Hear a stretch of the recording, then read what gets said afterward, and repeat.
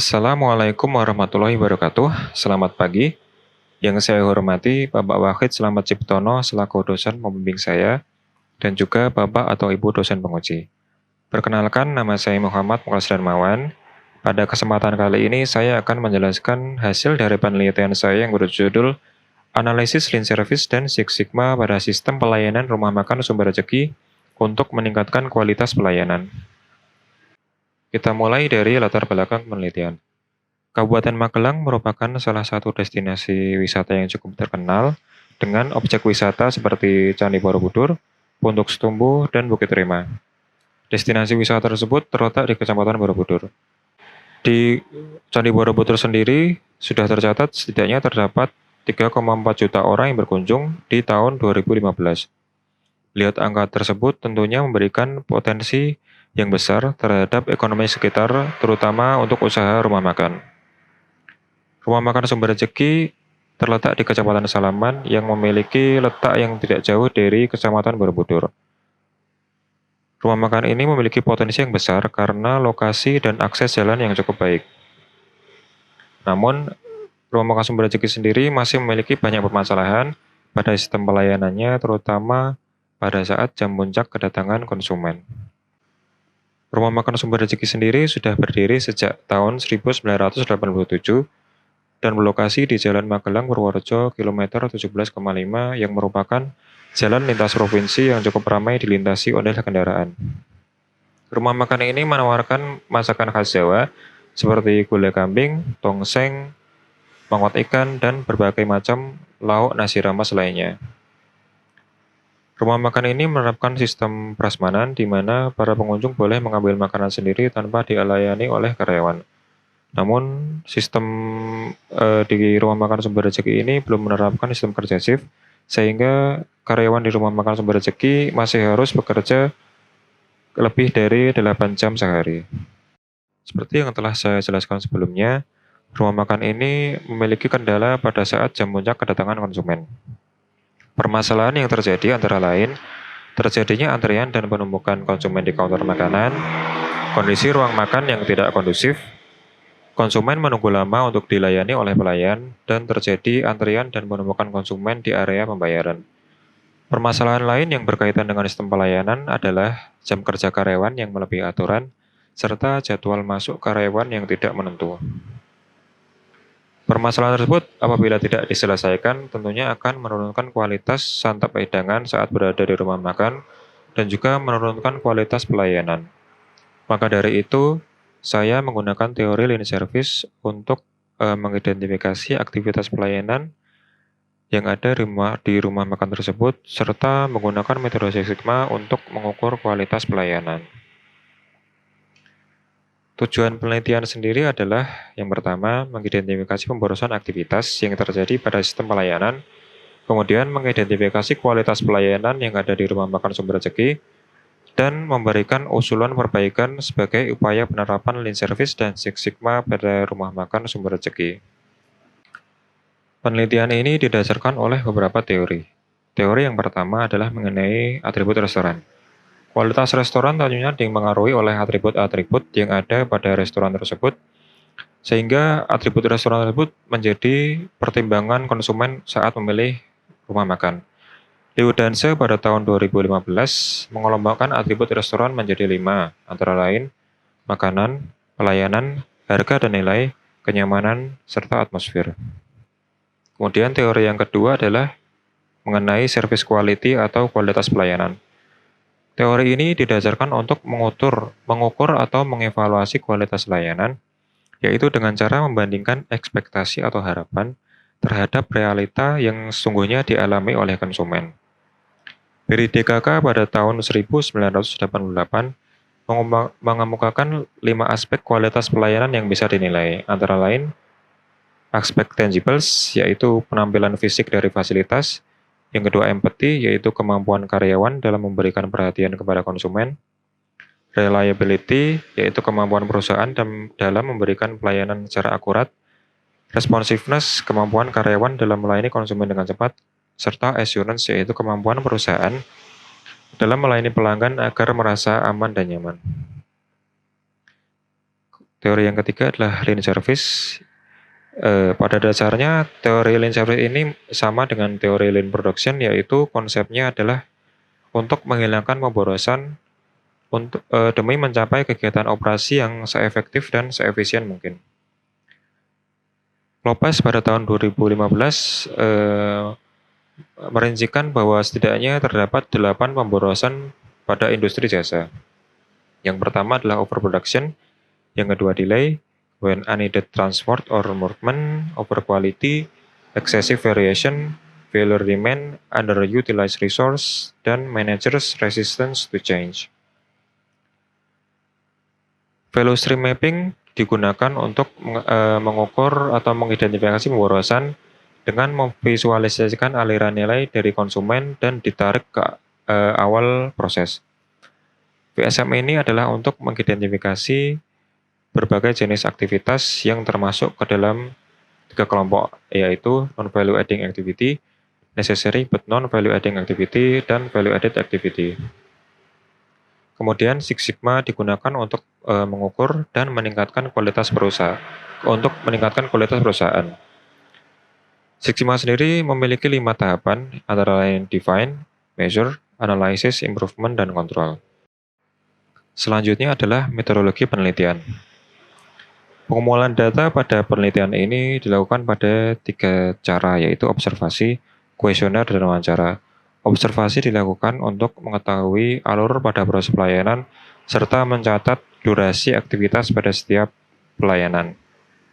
Kemudian dilakukan penyebaran kuesioner untuk mengetahui kualitas pelayanan dari atribut yang telah diuruskan dengan sampling, yaitu insidental dan jumlah responden sebanyak 100 orang. Penilaian pada kuesioner tersebut adalah dengan menilai ekspektasi pelayanan terhadap realita yang sesungguhnya dialami. Kemudian dilakukan wawancara untuk mengetahui sistem organisasi perusahaan, SOP, serta jumlah karyawan. Pembahasan dari penelitian ini dimulai dari tahap define. Tahap define ini adalah untuk menentukan kriteria pengukuran pada tahap selanjutnya. Kriteria pengukuran yang pertama adalah data waktu.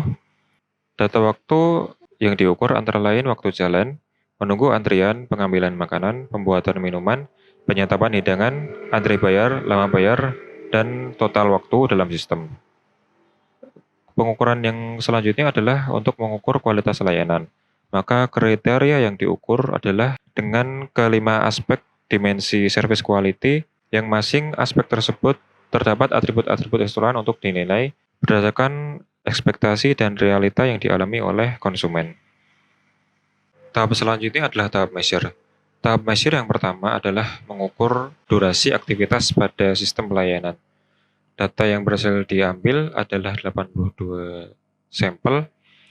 Sampel tersebut satuannya adalah rombongan, dengan masing-masing rombongan terdapat 1 atau 2 orang, 3 atau 4 orang, serta 5 orang atau lebih. Sementara untuk durasi pada setiap aktivitas dapat dilihat pada tabel sebelah kanan.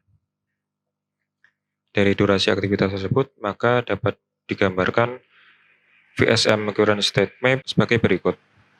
Dari gambar ini dapat dilihat bahwa proses pelayanan masih belum maksimal karena terdapat beberapa kendala, yaitu antri pada pengambilan makanan serta antri pada bagian pembayaran. Flow dari pembuatan minuman sendiri masih belum efisien karena pada sistem ini pelayan harus mendekati konsumen terlebih dahulu untuk menawarkan minuman. Kemudian karyawan akan menuju ke tempat counter minuman yang letaknya cukup jauh. Kemudian minuman tersebut akhirnya diantarkan ke meja konsumen. Setelah mengukur durasi aktivitas pada sistem pelayanan, maka selanjutnya adalah mengukur kualitas pelayanan. Hasil dari penyebaran kuesioner memperlihatkan bahwa kualitas pelayanan rumah makan Sumber Rezeki masih belum memenuhi ekspektasi konsumen. Terlihat dari kolom gap tersebut yang bernilai negatif, dapat disimpulkan bahwa kualitas pelayanan Sumber Rezeki tersebut masih kurang. Sementara untuk N di bawah 3 tersebut adalah konsumen yang menjawab kolom persepsi dengan nilai 1 dan 2, yaitu penilaian sangat tidak baik dan tidak baik. Untuk gap tertinggi sendiri antara lain pada atribut nomor 8, yaitu ketersediaan ruangan khusus merokok. Yang kedua adalah pada atribut kedua, yaitu suhu ruangan. Dan yang ketiga adalah karyawan yang memberikan perhatian kepada pelanggan. Tahap selanjutnya adalah tahap analyze. Analisis yang pertama adalah menganalisa apa yang menjadi non-value added activity pada sistem pelayanan. Dari keenam aktivitas pelayanan tadi dapat dijabarkan menjadi lebih rinci, yaitu menjadi 12 aktivitas. Hal yang menjadi aktivitas non-value added antara lain konsumen antri saat mengambil makanan, kemudian karyawan yang menghampiri konsumen, karyawan jalan menuju stasiun makanan, karyawan mengantarkan minuman ke meja makan, serta antri pembayaran. Apabila dipresentasikan, maka non-value added activity ini menyumbang sebesar 31% pada seluruh aktivitas pelayanan. Kemudian dikarenakan masih terdapat penilaian atribut restoran yang bernilai di bawah 3, maka hal tersebut dapat dikategorikan sebagai ketidakpuasan konsumen. Oleh karena itu, atribut restoran tersebut dikelompokkan menurut jenis permasalahan untuk mengetahui jenis permasalahan mana yang memberikan pengaruh paling besar terhadap ketidakpuasan konsumen. Dapat dilihat bahwa frekuensi ketidakpuasan paling banyak adalah mengenai permasalahan fasilitas, diikuti oleh permasalahan pelayanan, permasalahan atmosfer atau suasana, dan yang terakhir adalah permasalahan mengenai makanan. Dari grafik tersebut dapat digambarkan bahwa 70% permasalahan adalah dari permasalahan fasilitas dan juga permasalahan pelayanan, sehingga perusahaan sebaiknya memfokuskan untuk memperbaiki pada kedua permasalahan tersebut untuk meningkatkan kualitas pelayanan. Peningkatan kualitas pelayanan dapat dilakukan dengan cara yang pertama, menghilangkan non-value added activity yang meliputi antri pada counter makanan, proses pembuatan minuman, serta antri pembayaran. Apabila NVA tersebut dihilangkan, maka dapat dihasilkan sistem pelayanan yang baru yang meliputi gambar berikut ini. Pada sistem ini, konsumen diharuskan untuk memesan minuman terlebih dahulu sebelum mengambil makanan. Sehingga pada saat pengambilan makanan, minuman tersebut dibuat oleh karyawan, dan setelah pengambilan makanan selesai, konsumen bisa langsung untuk mengambil minuman untuk menuju ke meja makan. Dengan sistem pelayanan yang baru ini, maka karyawan tidak perlu untuk menghampiri konsumen untuk menawarkan minuman, dan juga tidak perlu untuk mengantarkan minuman kepada konsumen. Peningkatan kualitas yang kedua yaitu meningkatkan fasilitas dengan cara menyediakan ruangan khusus merokok, memberikan fasilitas pendingin ruangan, dan juga mengubah tata letak ruang makan.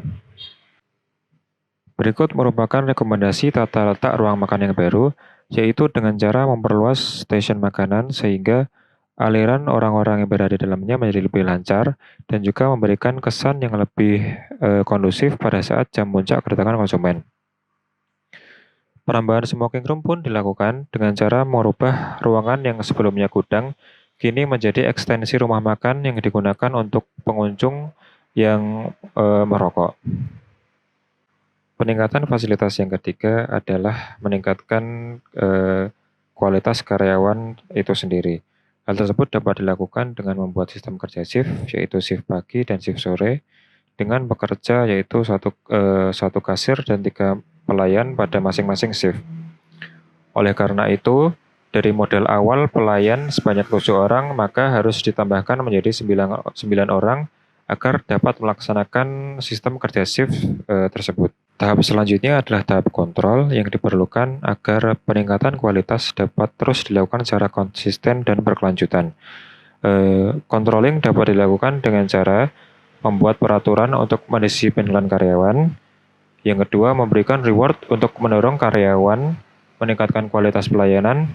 Yang ketiga, membuat sistem organisasi sebagai fungsi pengawasan, serta membuat SOP pada sistem pelayanan. Sampailah kita pada bagian kesimpulan. Penelitian ini memiliki 3 kesimpulan. Yang pertama adalah sistem pelayanan di rumah makan Sumber Rezeki masih memiliki aktivitas yang termasuk ke dalam pemborosan, yaitu pemborosan motion dan delay dengan persentase sebesar 31%.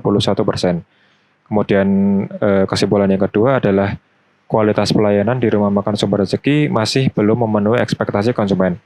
Hal tersebut dapat dilihat dari adanya ketidakpuasan mengenai fasilitas sebesar 36%, pelayanan sebesar 34%, atmosfer sebesar 25%, serta ketidakpuasan makanan menyumbang 5%.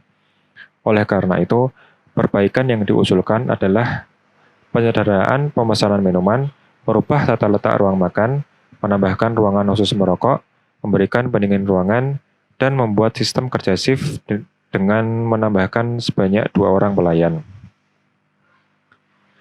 Demikian presentasi dari saya. Apabila ada salah dan kurangnya, saya mohon maaf. Assalamualaikum warahmatullahi wabarakatuh.